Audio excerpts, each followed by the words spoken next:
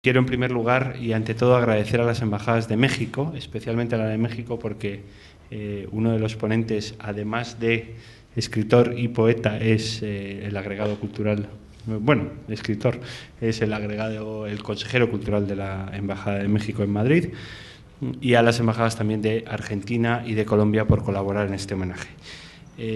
Muy brevemente, yo sí voy a ser breve, Pablo, no como tantos otros que primero dicen eso y luego no lo son. Voy a presentarles a las tres personas que nos acompañan esta tarde. Carlos Pardo, que es quien nos hablará de Juan Gelman, es autor de los libros de poemas El invernadero, Desvelo sin paisaje y Echado a perder, por los que recibió los premios Hiperión, Emilio Prados y Generación del 27. Por su parte, el mexicano Pablo Rafael, que hablará sobre José Emilio Pacheco, ha sido colaborador de los diarios El País, Milenio, El Universal, antologado en los mejores cuentos mexicanos, novísimos cuentos de la República Mexicana, grandes hits, y es autor de la novela Armadura para un hombre solo y un libro de cuentos, Agenda del suicidio, que recibió el Premio Nacional de Literatura Gilberto Owen.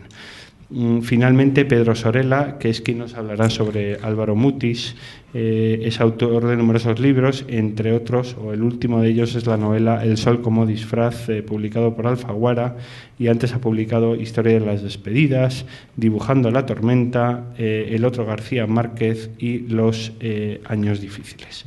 Muchas gracias por su presencia aquí esta tarde y vamos a disfrutar de la poesía, que es a lo que hemos venido. Gracias. ¿Empiezo? ¿Yo? ¿Empiezo yo? Bueno, sí.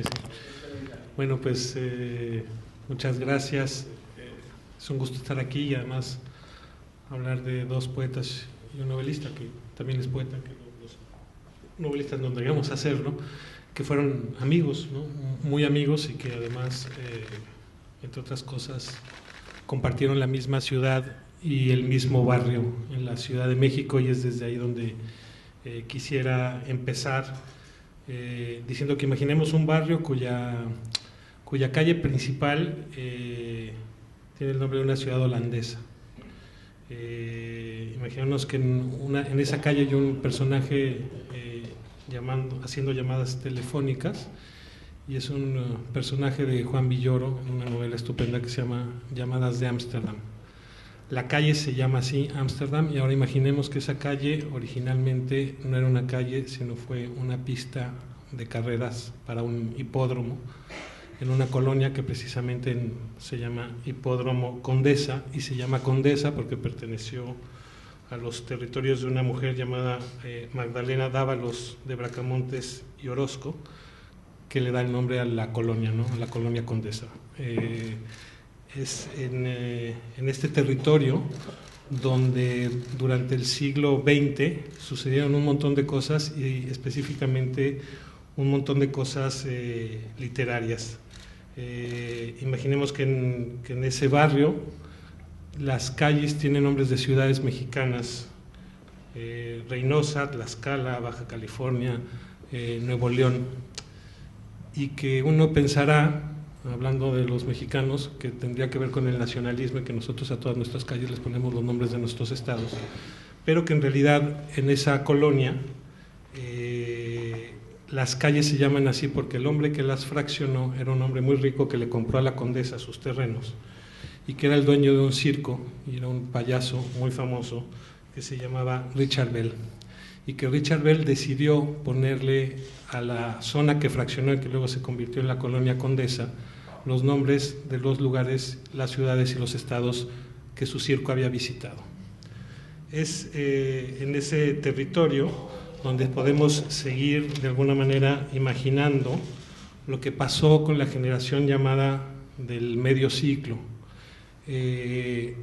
Muy cerca de ahí hay una avenida que se llama Alfonso Reyes, porque una calle paralela a esta calle que se llama Alfonso Reyes vivió el escritor Alfonso Reyes, en la calle Benjamín Gil, y Benjamín Gil fue un héroe de la Revolución, y por lo tanto el Estado decidió mantener la calle, un general que nadie sabe quién es, y la calle paralela decidieron dedicársela a Alfonso Reyes. Y sobre esa calle hay una heladería muy famosa que de alguna manera está relacionada con mi infancia, porque mi abuela vivía en ese edificio. Y esa heladería que tiene nombre, creo que en todos los países de América Latina hay una heladería con ese nombre, que eran los helados Roxy.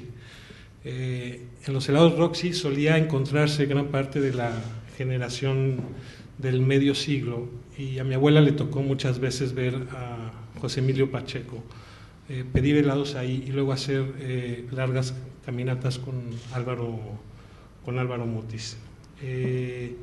Si pensamos en este, digamos, escenario, y se trata de un barrio donde se hacían grandes caminatas, también tendríamos que ver qué relación tendría este barrio con la literatura. Y antes de entrar a José Emilio Pacheco, déjenme contarles que a muy pocas calles de ahí William Burroughs asesinó a su mujer, o la asesinó en un acto imprudencial, que muy cerca de ahí vivió Alfonso Reyes, que la zona es una zona donde se han escrito un montón de novelas. Peterson tiene una novela que se llama La noche de las hormigas, donde una persona se desangra en un parque muy cercano que se llama el Parque México, donde, por cierto, hay una fotografía de José Emilio Pacheco escribiendo, su foto más famosa, que está escribiendo en la banca de un parque, y que está escrito a muy pocos metros de donde se desarrolla este escenario. La generación del medio siglo creció caminando en esta zona, y no es de extrañarse que la obra de José Emilio Pacheco se desarrolle precisamente ahí.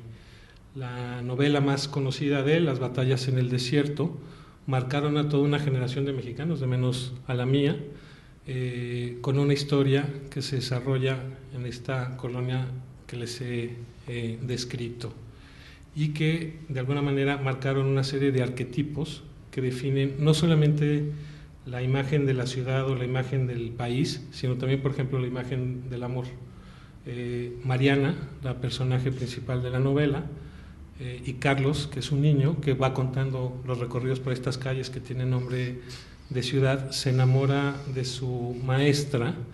Y suele decir que quizá esta es la historia más conocida de José Emilio Pacheco, no porque sea su novela más leída, tiene dos, sino también porque se ha convertido en algo que poca gente conoce, pero que ahora que les cuente, quienes sepan de rock mexicano entenderán muy bien, que es que esa novela se convirtió en una canción muy famosa de Café Tacuba, que está asociada a las batallas en el desierto, y que se repite una y otra vez, y que de alguna manera marca una generación que, escuchando primero esa canción, hace el viaje de la música a la literatura. Por otro lado, decir que en esa calle donde vivió José Emilio Pacheco, y en esa zona donde vivió, tenía algunos vecinos que eran conocidos suyos. Cuando José Emilio Pacheco recibió el premio Cervantes, le preguntaron si creían que él era el mejor poeta de América Latina, y dijo: hombre, ni siquiera soy el mejor poeta de mi barrio, porque soy vecino de Juan Gelman.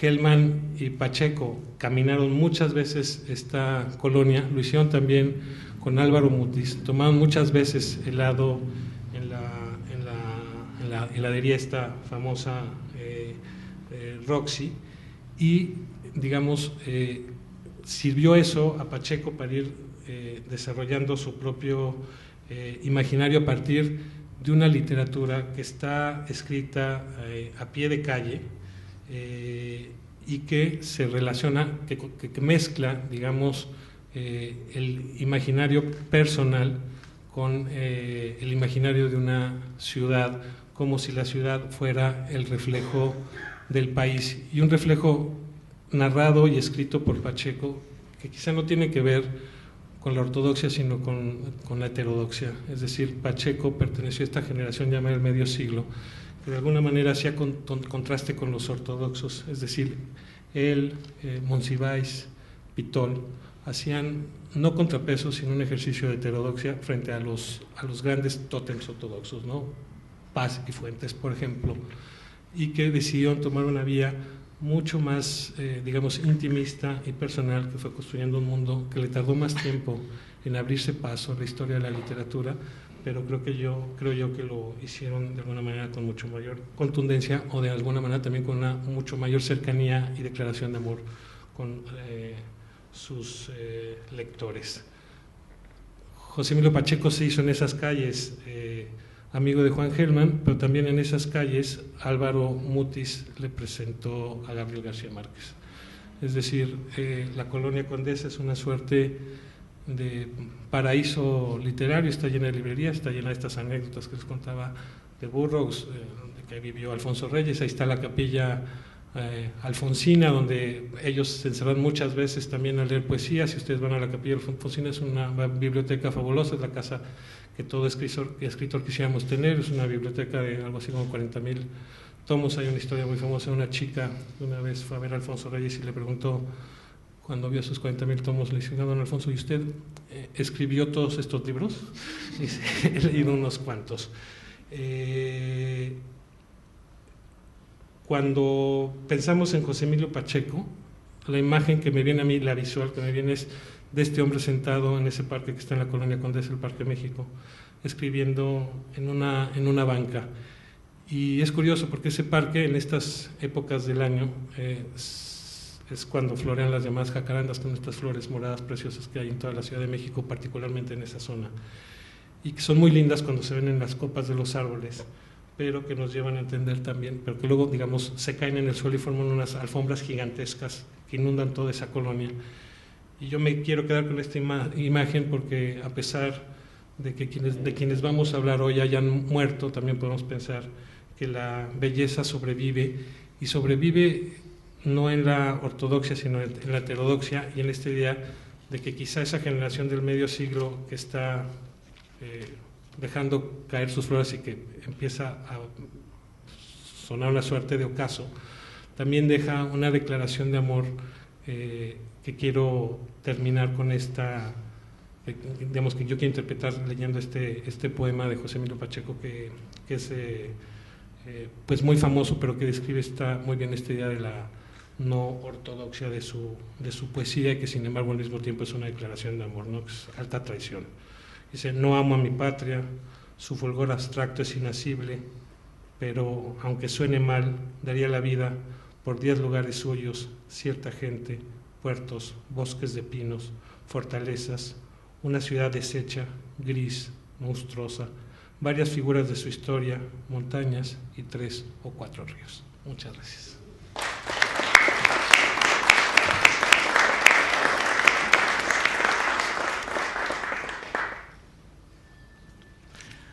Bueno, pues primero quiero agradecer a Caza América que me haya invitado tan generosamente para hablar de Juan Gelman, probablemente el poeta del que es más difícil hablar de los tres que tenemos, de los tres homenajeados de hoy, no por solo cuestiones biográficas y demás, sino porque Gelman, yo creo que lo más interesante de su poesía es que siempre ha buscado el poema como un espacio en el que no hay identidad, en el que no hay memoria. Un ejercicio, en alguno de sus versos creo que habla de un ejercicio de desmemoria.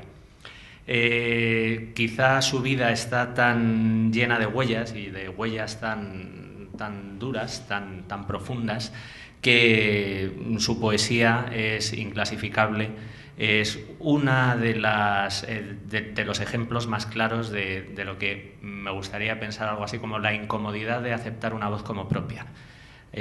Así como José Emilio Pacheco y Mutis, en cierto sentido, son poetas que desde muy temprano, yo creo que Mutis desde el principio, prácticamente, con ese gusto suntuoso un poco que tiene que ver con una relectura de los clásicos, no tanto solo con el barroco, sino con una adicción del clasicismo bastante más limpia de lo que se piensa cuando uno lo lee, o de los prejuicios que suelen acompañar a la poesía de Mutis.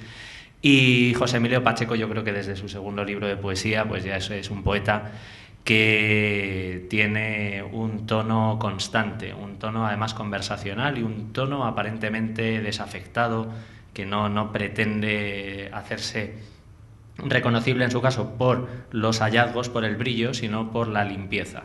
Pues Hellman, aunque empezara, como toda esta generación del medio siglo, de la gran poesía que se ha podido llamar también antipoesía a veces, esta poesía que empieza en los años 50 a buscar lo poético, como decía el poeta venezolano Rafael Cadenas, él decía, la poesía de hoy está en la prosa.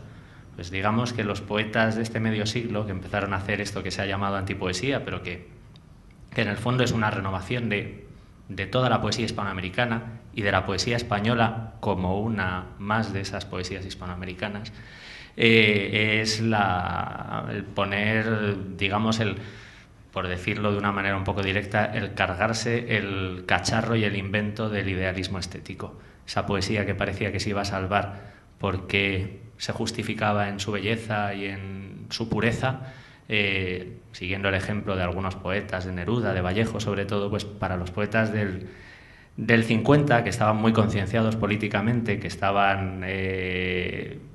tenían una vida en cierto sentido popular, bien asumida la idea de pueblo, digamos que tienen que volver a inventarse después de tantas catástrofes la idea de pueblo, pues estos poetas empiezan a hacer esa antipoesía en la que se cuela el humor, se cuela la ironía, se cuela el lenguaje de cada día, la poesía más cotidiana, la expresión más directa. Carlos Martínez Rivas en Nicaragua y Ernesto Cardenal, por ejemplo, el propio Rafael Cadenas que he citado en Venezuela. Hay muchos poetas, digamos, en toda América Latina y en España, Ángel González, José Ángel Valente en un principio, todo este grupo, Blas de Otero, que debería ser más leído, pero bueno, es una pena que Blas de Otero se haya quedado ahí. Cuando se hable del grupo del 50 parece que Blas de Otero se ha quedado un poco perdido por ahí, pero yo creo que Blas de Otero precisamente es un poeta que puede tener algo que ver con Hellman. Bueno, pues Hellman empezó, os estoy contando un poco, no mi experiencia personal de lo que es la poesía de Hellman, sino ese modelo de poeta que yo creo que es, o esa cierta historia que puede haber detrás del poeta, si uno quiere ver que la vida de un poeta tiene sentido, a pesar de que muchas veces los hechos se encargan de desmentirlo, pues si uno quisiera buscarle un sentido a la poesía y a la vida, a la biografía de Juan Hellman como escritor, pues a mí me gustaría pensarlo así. Él empezó haciendo esa antipoesía que os he dicho, muy coloquial, directa, política, pero una política de las cosas pequeñas, una micropolítica, no una política de las grandes abstracciones y de los panfletos, sino una política del ritmo de la vida cotidiana, de la calle. Pues a partir de... Bueno, esos son sus primeros libros, Violín y otras cuestiones, Gotham, digamos esos libros un poco más directos, más coloquiales. Pues Hellman, a partir de finales de los años 60 y de un libro que se llama Cholera Way, parece que en cierto sentido quiere romper con todo su pasado poético, sobre todo con todas las seguridades que habían ido estableciéndose alrededor de su obra. Y empieza a escribir cada libro, digamos, no solo practicando un estilo diferente, sino de alguna manera inventándose una tradición distinta.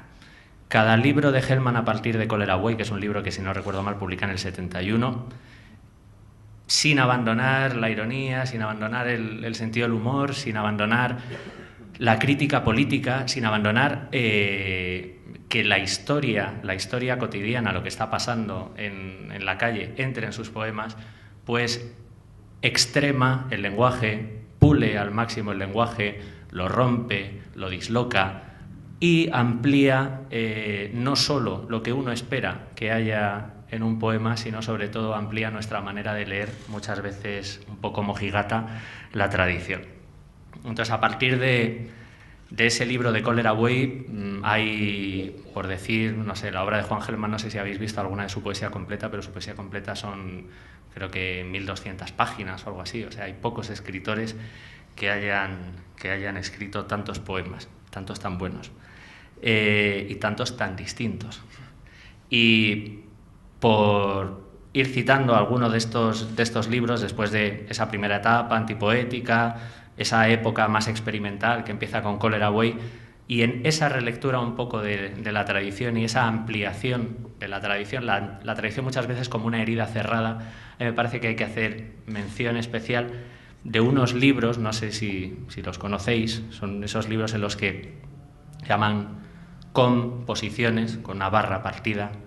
A partir de los años 70 y 80 a Hellman le gusta que en sus poemas haya más balbuceo, empieza a quebrar el ritmo, empieza a buscar una sintaxis cada vez más extraña que no se sabe a dónde va a llevar. Luego os diré a dónde creo yo que llega, pero bueno. Composiciones, con esa barrita ahí quebrando. Otro libro suyo, que es Citas y Comentarios, empieza a ahondar en la poesía de Santa Teresa de la Cruz y de San Juan de la Cruz, y Santa Teresa de Jesús y San Juan de la Cruz. Y piensas, ¿qué hace un poeta que desde el año 75 vive en el exilio, que tuvo que salir de Argentina por su actividad política, por su compromiso político constante, mientras algunos de sus compañeros en lucha, pues algunos desaparecían, otros también tenían que ir al exilio? ¿Qué hace un poeta buscando, en el momento más duro probablemente de su vida personal, que es justo cuando creo que se exilia en el 75-76, qué hace un poeta buscando en la mística cristiana tradicional y en la mística judía, y en la cábala, y en ese lenguaje un poco de la búsqueda del amado, que él llamaba, creo que lo llamaba, lo tengo por aquí, patria de gracia. Hellman, en estos libros, que incluso empieza a escribir en ladino, en la lengua sefardita, pues nos demuestra que la gran poesía de siempre es poesía política y es poesía del exilio.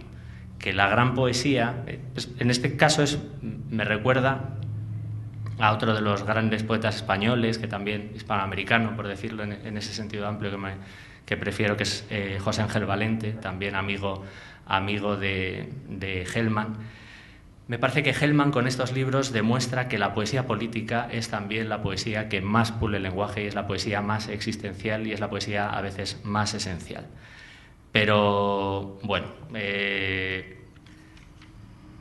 que ya os digo que lo siento si os estoy soltando un rollo así un poco deslavazado con los libros de Hellman, pero creo que Hellman es un poeta que no se agota con una lectura, que no se agota con 2 lecturas ni con 3, sino que es un poeta que cada vez que lo lees y en cada libro piensas, ¿estoy leyendo al mismo poeta o no estoy leyendo al mismo poeta? Pues bueno, os he señalado un poco estas líneas, y ahora me gustaría terminar con lo que yo creo que es el estilo tardío de Hellman,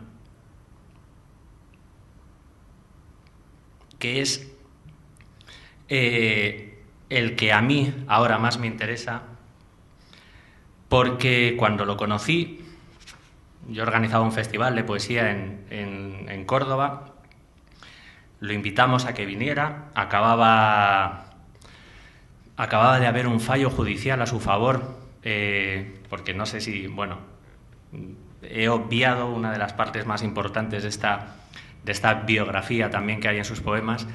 En toda su poesía puedes saber toda su historia, no solo la historia argentina, no solo la historia del exilio y no solo la historia política del siglo XX, sino que puedes saber, porque está su padre, que su padre participó en la Revolución Rusa en 1905, puedes saber que a su hijo y a su nuera los mataron en la dictadura argentina, y que su nieta apareció, él descubrió que su nieta estaba viva en los años 70, pero descubrió quién era su nieta ya a finales de los 90. Y toda esta biografía, toda esa historia, desde sus orígenes de familia ucraniana, que viaja a Argentina, y desde esa búsqueda un poco de esas huellas que se van borrando, todo eso está en su poesía.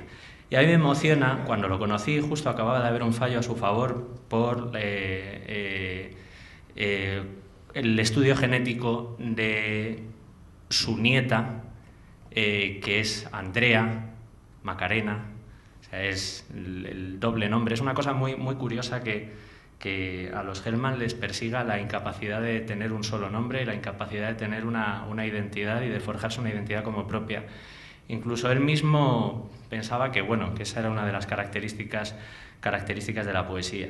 Entonces a mí me emocionó cómo en sus poemas, desde que él había descubierto que su nieta, desaparecida durante tanto tiempo, se había criado con otra familia en Uruguay, tenía nombre, tenía una vida propia, pues él empieza a escribir unos poemas mucho más directos, mucho más cercanos incluso a José Emilio Pacheco, por ejemplo, a esa dicción más limpia, más tersa, alejándose un poco de la búsqueda del límite, ¿no? Digamos que parece que después del límite hay una necesidad de recomposición. Y empieza a practicar un estilo que a mí me gusta ver o interpretar como si fuera la reinvención de una voz, cuando alguien ha descreído de la voz propia durante tanto tiempo, como un ejercicio de supervivencia. O sea, una de las ideas básicas para sobrevivir es construirse una identidad. Uno puede querer romper la identidad y puede querer romper el yo por ver hasta dónde puede llegar, y eso es político.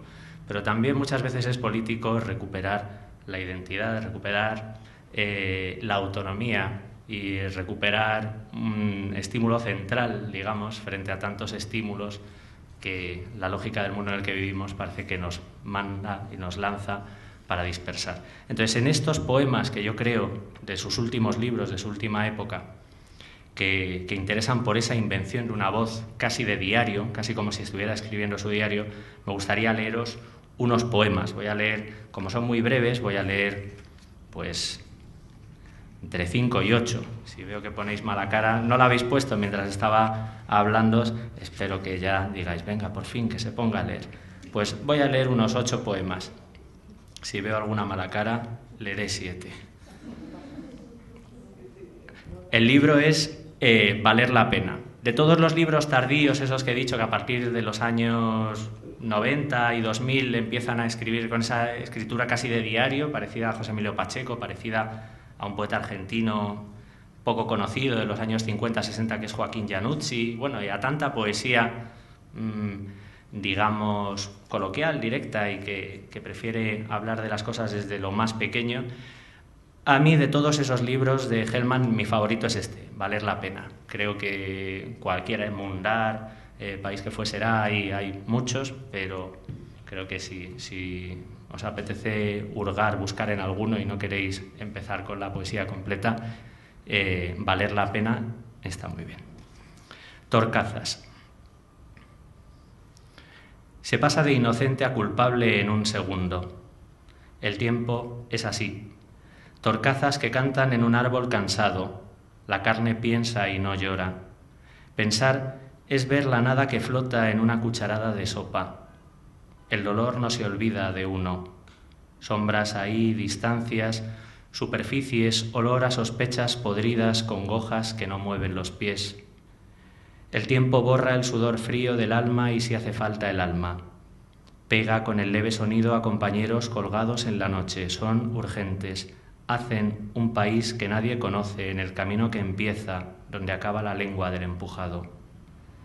Están tendidos en las jaulas de la sensación.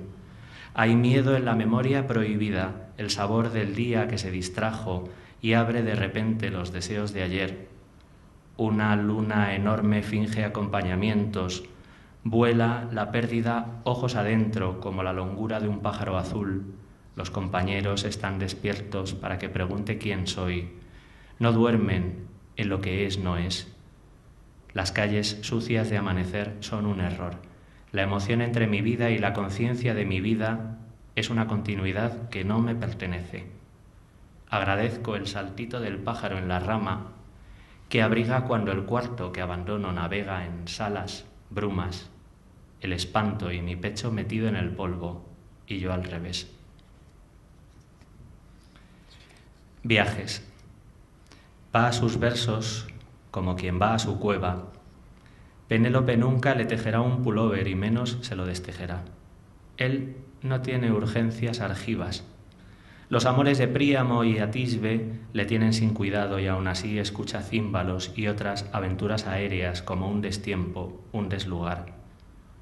La luz de las estrellas lo toca por ajena casualidad del universo. De él caen hojas secas que contempla con estupor. Está desnudo y tiembla. No hay justicia afuera y él busca lo que no es. A mí me parece que eso que os decía antes del ritmo entrecortado, cuando partía y cuando jugaba con los límites, le llevan a hacer un lenguaje coloquial y a tener una sintaxis que no tiene absolutamente nadie, en la que cabe todo, en la que no hace falta escribir un endecasílabo. Tiene una reflexión sobre los versos impares muy graciosa, creo que en este libro o en otro. Pero bueno, no le hace falta escribir en un endecasílabo para tener ritmo, le basta con el ritmo de la frase, en ese sentido que siempre ha buscado la poesía, por lo menos la ha buscado en el siglo XX, de encontrar una música del pensamiento. Medidas. El abuelo me mira desde la foto de siempre, me mira desde el fondo de Rusia y otras desgracias, desde el gueto me mira. Dicen que escribió una carta a Dios para que inundara las casas de trigo, de vino y de pan ácimo en Pascua. Y ató la carta a la pata de un pájaro que voló de país en país buscando el cielo. Me mira con las ojeras lentas de quien veló el espanto, nunca me levantó en sus brazos, nunca lo tuve, nunca me tuvo, nunca es la palabra entre los dos. Quiso que la verdad paseara por la calle y cubrió con una máscara para que la quisieran. Esa máscara es su rostro en la foto. Le habrá pedido a Dios que no borre ni escriba nada porque todo podía ser peor. La foto está enferma. Levanta una humareda de brazos que no se encontrarán. Empoza su linaje. Me sigue como un perro.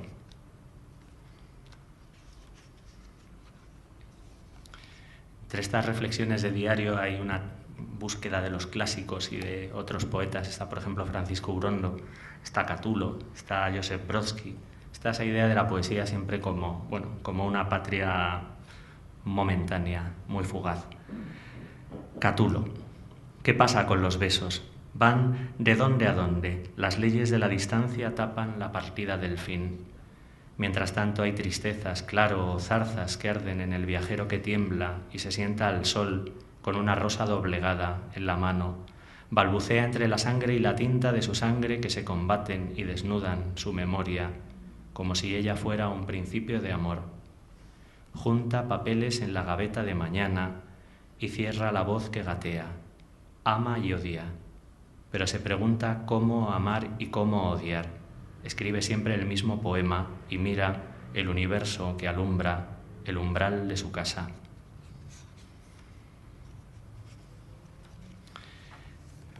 Dos más. Derechos de autor. El cheque cuantifica el precio del libro de poesía. No el de la poesía de ese libro, el número de compradores del libro, no el de los lectores de esa poesía. Y en términos de la libertad de mercado, suponiendo que algo así exista, ¿cuál es el mercado de la libertad poética, suponiendo que algo así exista? El infierno hablador finge que los poetas se salvan en la mañana ensimismada. Un hombre sentado en la calle mendiga con un sombrero en el suelo. La mano ni la usa ya, rayo muerto. El asombro come de estos desastres. ¿Quién paga los derechos del velero que escribe a Dios en la tarde que no puede volver? Y el último, ¿cómo? Este es mi poema preferido. No es el mejor, pero bueno, lo tengo que decir, ya lo estoy leyendo yo, es mi poema preferido y lo digo con mucho orgullo. Es un poema que le dedica a su nieta, Andrea. ¿Cómo sabe Andrea que la poesía no tiene cuerpo, no tiene corazón, y en su hálito de niña pasa o puede pasar y habla de lo que siempre no habla? En la boca cuaja el mundo y a la luz de pasados que Andrea ignora para nunca. Su memoria es una casa nueva donde otros rostros vivirán, otros amaneceres, otros llantos, mejor así. Todo lo que se hunde ahora, este tiempo que se disuelve, serán para ella páginas amarillentas olvidables. Un día sabrá que existieron como ella misma, entre lo imaginario y lo real. Ah, vida, qué mañana, cuando termines de escribir. Gracias.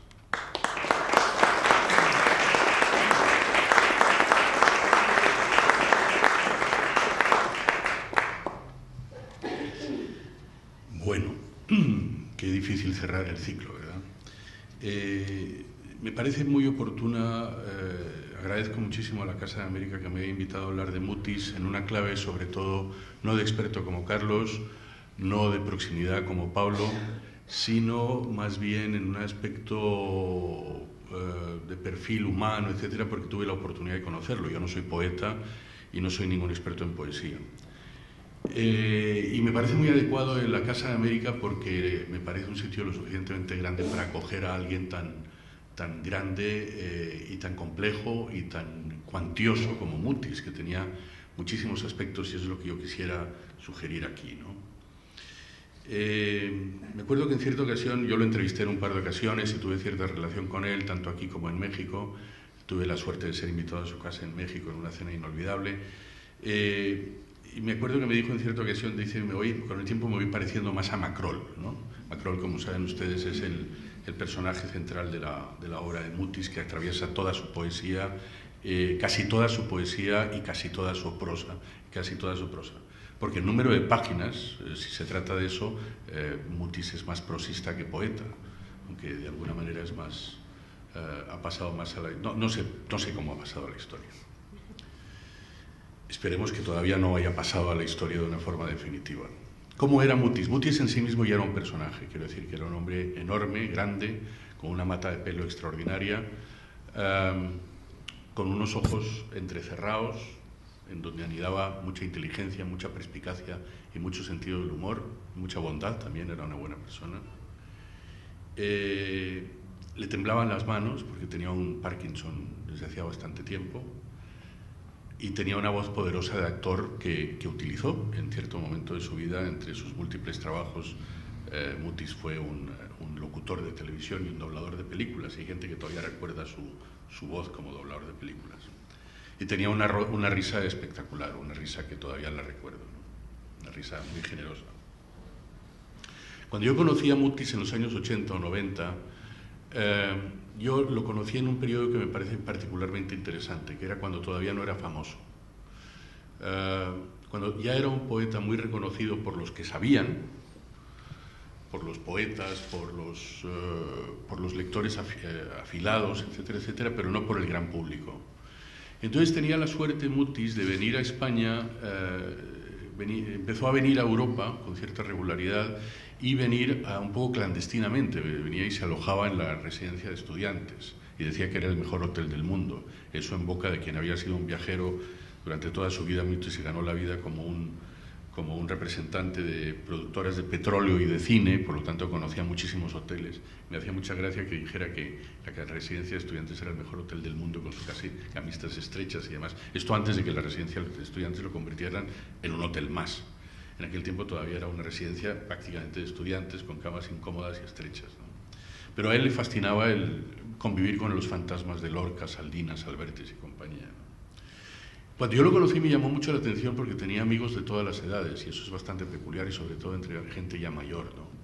Era llamativo. Pero no era nada pelota. Eso también es muy llamativo en el mundo de la literatura, en donde todo el mundo le está haciendo, o a partir de cierto nivel todo el mundo le está haciendo la pelota a alguien. Mutis me llamó siempre la atención porque no era nada servil, ¿no? Era amigo de mucha gente, pero no era nada de compadreo, ni de palmaditas en la espalda, ni de nada por esto.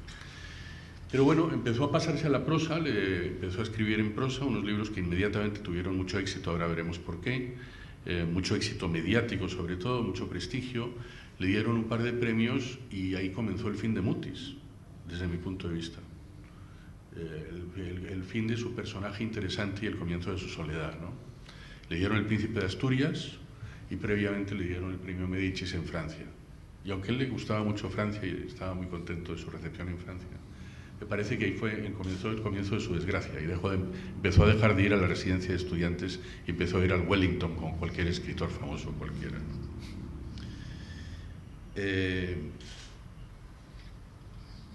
Se dice, esto es urgente aclararlo cuanto antes, es decir, se dice que la fama de Mutis, y lo tengo que aclarar, desde el momento en que me toca hablar de ello, lo primero que tengo que hacer es aclarar que se dice que la fama de Mutis le viene en buena parte debida a su amistad con García Márquez. Como se ha sabido, García Márquez es una especie de dios creso que lo que toca lo vuelve oro, ¿no?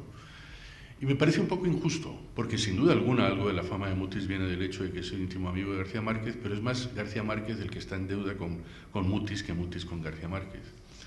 Para empezar, Mutis fue el que llevó a García Márquez a Bogotá, desde la costa colombiana, desde Barranquilla y Cartagena, donde vivía García Márquez, y fue el que le consiguió un trabajo. Estamos hablando de cuando tenía Mutis un poco más, pero García Márquez unos 20 años, y le consiguió un puesto de trabajo en El Espectador. Eso ya para empezar. A partir de ahí la vida de García Márquez cambió radicalmente. No digo que García Márquez no hubiera ido a Bogotá, pero de alguna manera fue de la mano de Mutis. García Márquez era el lector de todos los manuscritos, Mutis era el lector de los manuscritos de García Márquez. Eso es mucho favor, mucho peso en la obra de García Márquez. Mutis fue quien le regaló a García Márquez el manuscrito, toda la documentación, la idea, y generosamente le cedió la plaza para que escribiera una novela sobre Simón Bolívar, cosa que Mutis había estado preparando durante muchísimos años. No lo hizo, y en cambio sí lo hizo García Márquez para escribir un libro que me parece excelente de Márquez, que es El general en su laberinto, un libro poco comprendido, muy mal comprendido en Europa y muy poco comprendido en Colombia, porque está escrito en una clave de pelea colombiana, etcétera, etcétera.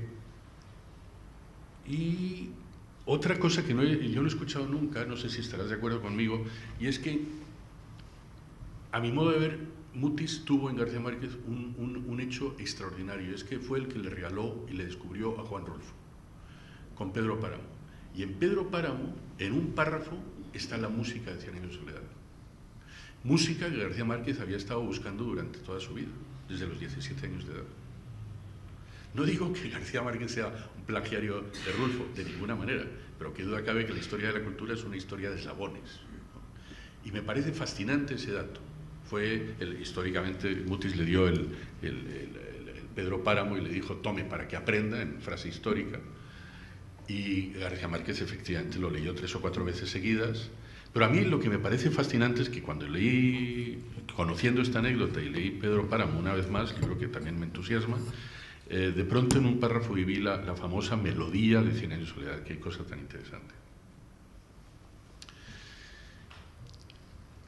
Entonces, otra cosa que es urgente aclarar con Mutis es que Mutis ha sido atrapado por la fama, es decir, por la simplificación, y Mutis es cualquier cosa menos algo simple. Para empezar, ha sido atrapado, cosa que inevitable en este mundo, por lo que yo llamo la industria de la identidad, que es la industria más poderosa que existe en el mundo, y la más poderosa y la más numerosa que existe actualmente en el mundo. Entonces, que si es un poeta colombiano, etcétera, etcétera. Yo creo que García Márquez es muy difícil, Mutis es muy difícilmente atrapable en un pasaporte. Recordemos, Mutis pertenece a una familia aristocrática colombiana, es descendiente de uno de los próceres de la independencia, del sabio José Celestino Mutis.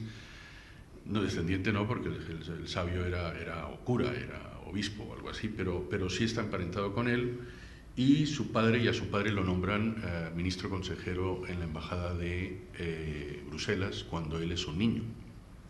Y hacia allí van con la circunstancia de que su padre muere ejerciendo el cargo. Queda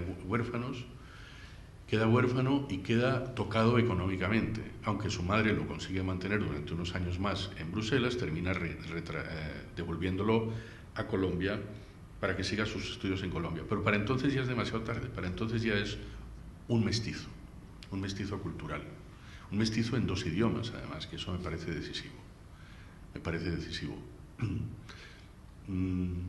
Si uno rastrea la obra de Mutis se dará cuenta de la increíble cantidad de referencias que hay a la cultura francesa, y en su conversación la frecuencia con la que salían a relucir autores franceses, en particular Marcel Proust.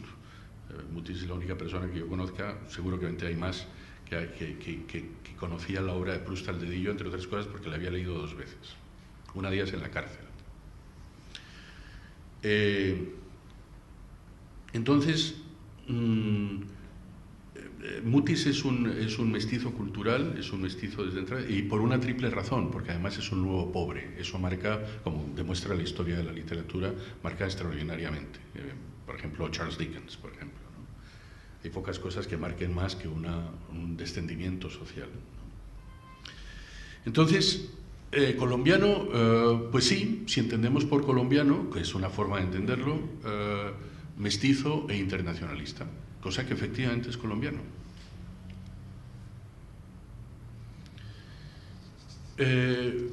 Fijémonos en la juventud, la niñez de Mutis. Mutis, que se crió, como hemos dicho, en Europa y demás.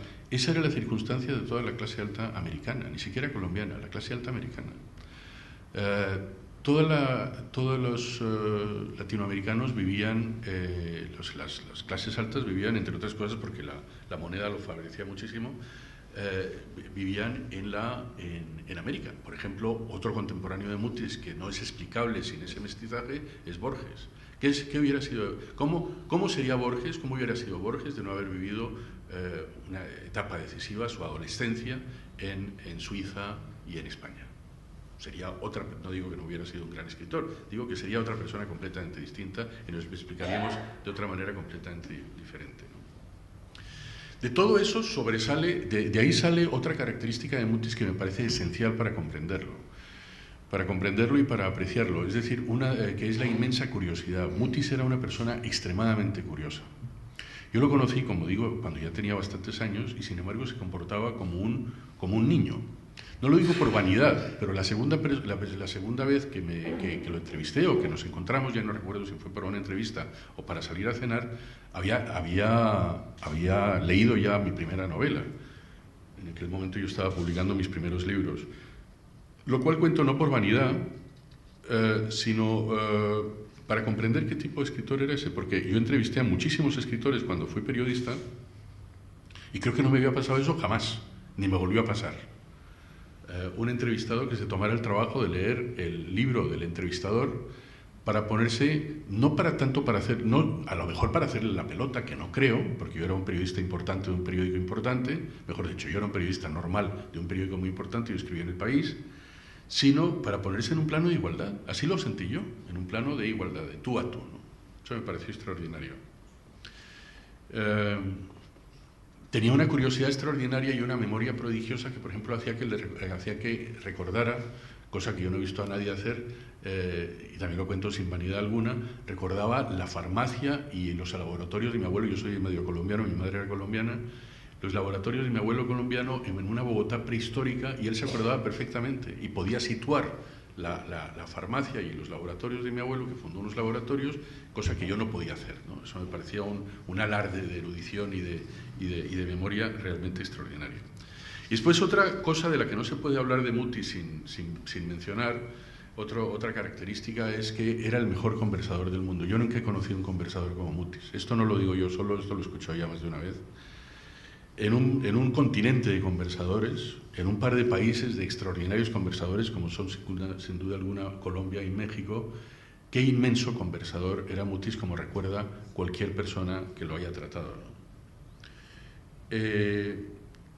Esa conversación era extremadamente rica por dos razones, por muchas razones, por su sentido del humor, por su amplitud de espíritu, por lo que sea, pero entre otras cosas por dos razones: por su increíble erudición y su increíble memoria. Tenía una memoria realmente prodigiosa, de tal manera que hablaba de aspectos de la historia que le podían interesar, por ejemplo Napoleón, por ejemplo Bolívar, por ejemplo las guerras de los papas en el medioevo, con una solvencia tal que lo contaba todo con un don de conversador realmente extraordinario. Y de eso basta leer su poesía, ni siquiera su obra narrativa, que ahí es evidente, sino incluso en su poesía, para darse cuenta que eso está trufado de narración, ¿no?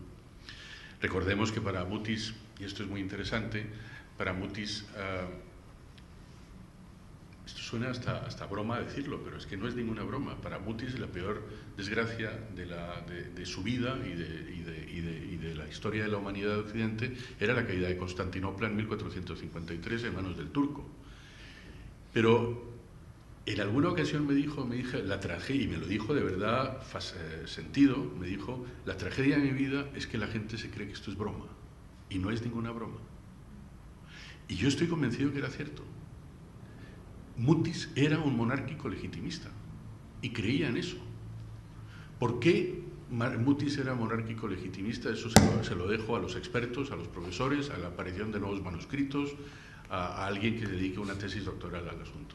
Pero es fascinante y refleja otra cosa muy interesante, y era monárquico legitimista en una época en donde todos los escritores, todos sus contemporáneos, el 90% de sus contemporáneos, salvado Octavio Paz, digamos, eran todos como mínimo socialdemócratas, desde socialdemócratas a cheguevaristas. Entonces, cómo Mutis se mantiene en unas posiciones políticas extraordinariamente peculiares es llamativo.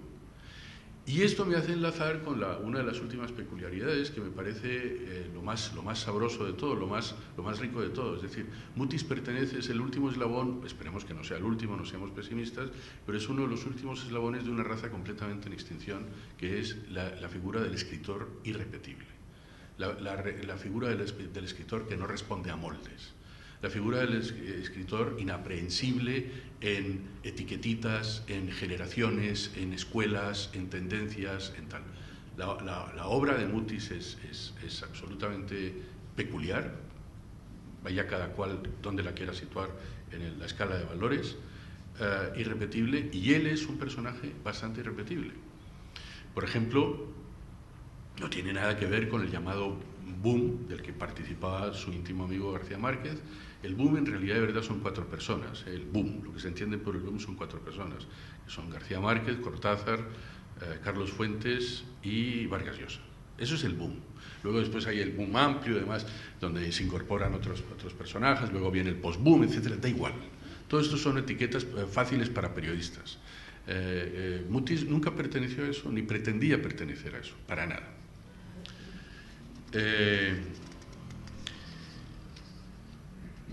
Y yo quisiera terminar, antes de leer uno o dos poemas, todo eso hace de Mutis una figura que a mí me parece muy interesante, que es una figura un poco como un exiliado. Aparentemente es un exiliado de su patria. Mutis vivió en México a partir de los años 50. Mutis tuvo un episodio en la cárcel, porque cuando vivía en Colombia de joven, y no hay razón para ocultarlo porque él no lo ocultaba en absoluto, y además dio pie a uno de los libros más bonitos de Mutis, que es El cuaderno del Palacio Negro. Cuando trabajaba en Colombia, trabajó en la compañía ESO de petróleos, y era en relaciones públicas, y tenía un presupuesto relativamente amplio para hacer actos sociales y apoyo a las artes y demás, y él utilizó ese dinero para apoyar las artes, efectivamente, como mecenas peculiar, le pega todo, de sus amigos. Entonces financió unas cuantas aventuras, cuanto más delirantes, de sus íntimos amigos que estaban como una cabra, como por ejemplo Alejandro Obregón, autor de este libro, de este cuadro, que este cuadro lo tiene García Márquez, y este cuadro tiene un ojo abaleado en una juerga, recibió un tiro en una juerga, ¿no? En fin, de esa época delirante pertenece, y entonces García Márquez, Mutis fue perseguido en justicia, y lo alcanzaron en México y lo metieron preso durante 1 año y medio. Y en ese año y medio se volvió, hay testimonios geniales de Leonida Poniatowska contando el paso de Mutis por la cárcel, que fue muy apoyado por todos sus compañeros mexicanos y demás. Se volvió el gran patriarca, el gran consejero de los presos de la cárcel y demás, y escribió un libro extraordinario que se llama El cuaderno del Palacio Negro, precioso. Entonces, Mutis es un exiliado por muchas razones. Vivió en México más de la mitad de su vida, nunca se terminó de integrar en México, y además hacía alarde de eso. Decía que además era la condición, de alguna manera tácita, de que lo recibieran bien en México, y era una persona muy respetada en México, era precisamente que no participara en la discusión política, etcétera, etcétera. A su vez, me parece recordar que tampoco participaba en la discusión política colombiana. Era muy colombiano en el sentido que recordaba como un paraíso su infancia en la tierra, en la finca de Coello, las tierras del Tolima, la tierra caliente, todo eso. Es parte de su paraíso. Pero es una especie de exiliado. Pero bien pensado, ese exiliado va a resultar que es un paradigma de la Latinoamérica contemporánea. Es decir, a lo mejor la historia de Latinoamérica, la Latinoamérica colombiana, por lo menos de la contemporánea, o por lo menos la Colombia contemporánea, es precisamente la historia del exilio. La historia del exilio, la historia de los viajeros, de los trasterrados. Aquí en España estamos viendo a la mitad de la población marchándose a trabajar en el exterior. Eso es lo que ha vivido Colombia durante los últimos 20 años. El mundo está lleno de colombianos. Y quizá el personaje, yo iba a decir, hace falta un personaje que refleje todo eso en la literatura latinoamericana. Pues el personaje ya está, es Macrol el Gaviero. ¿Qué es Macrol el Gaviero? Un viajero y un exiliado. Eso es. Ahí está el personaje. De tal manera que va a resultar que Mutis, el exiliado, el aparte, el único, el irrepetible, resulta que es el paradigma. Quisiera terminar con un par de lecciones de Mutis que me parecen muy útiles. Una es cómo beber. Me pareció una lección extraordinaria. Un día le pregunté, ¿cómo enfocas tú el tema de la bebida? Porque toda esa generación que ha sido de alcohólicos absolutos, y se rió y me dijo, mira, y me dijo una cosa que no he olvidado y me pareció genial, y lo cual brindo porque me parece una lección muy útil. Dice, no hay que beber para resolver problemas, no hay que beber solo, y no hay que beber porquerías. Entendido por porquerías todo lo que no fuera un whisky de 12 años y un brandy magnífico. Todo lo demás son porquerías. Eso me pareció muy útil. Y después otra lección que me dio y que me pareció genial, y es que me dijo, no hay que ganar dinero escribiendo. Si ganas dinero escribiendo, pierdes tu libertad. Es mejor escribir no para ganar dinero. Y voy a leer un poema que me parece particularmente adecuado para el escenario y para la ocasión, porque habla, bueno, ahora veremos de lo que habla de España también. Dice, exilio.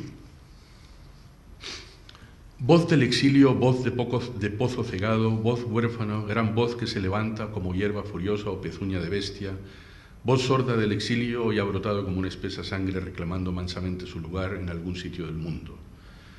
Hoy ha llamado en mí el griterío de las aves que pasan en verde algarabía sobre los cafetales, sobre las ceremoniosas hojas del banano, sobre las heladas espumas que bajan de los páramos, golpeando y sonando y arrastrando consigo la pulpa del café y las densas flores de los cámbulos. Hoy algo se ha detenido dentro de mí, un espeso remanso hace girar de pronto, lenta, dulcemente, rescatados en la superficie agitada de sus aguas ciertos días, ciertas horas del pasado a los que se aferra furiosamente la materia más secreta y eficaz de mi vida. Flotan ahora como troncos de tierno balso en serena evidencia de fieles testigos y a ellos me acojo en este largo presente de exiliado. En el café, en casa de amigos, tortan con dolor desteñido Teruel, Jarama, Madrid, Irún, Somosierra, Valencia y luego Perpiñán, Argelès, Dakar, Marsella.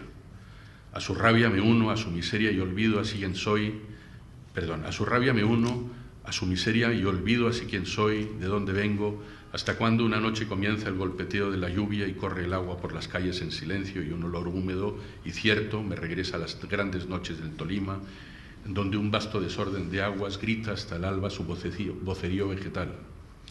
Su destronado poder, entre las ramas del sombrío, chorrea aún la mañana, acallando el borboteo espeso de la miel en los pulidos calderos de cobre. Y es entonces cuando peso mi exilio y mido la irrescatable soledad de lo perdido, por lo que de anticipada muerte me corresponde en cada hora, en cada día de ausencia que lleno con asuntos y con seres, cuya extranjera condición me empuja hacia la cal definitiva de un sueño que roerá sus propias vestiduras, hechas de una corteza de materias desterradas por los años y el olvido.